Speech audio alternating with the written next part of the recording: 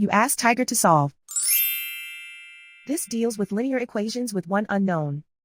The final result is x equals -2. Let's solve it step by step.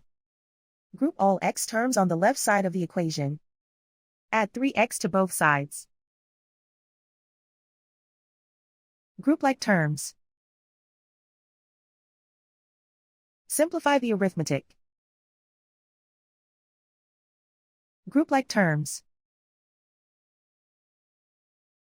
Simplify the arithmetic. Group all constants on the right side of the equation. Subtract 13 from both sides. Simplify the arithmetic.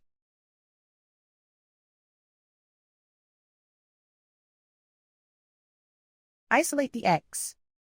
Divide both sides by 10. Simplify the fraction. Find the greatest common factor of the numerator and denominator. Factor out and cancel the greatest common factor.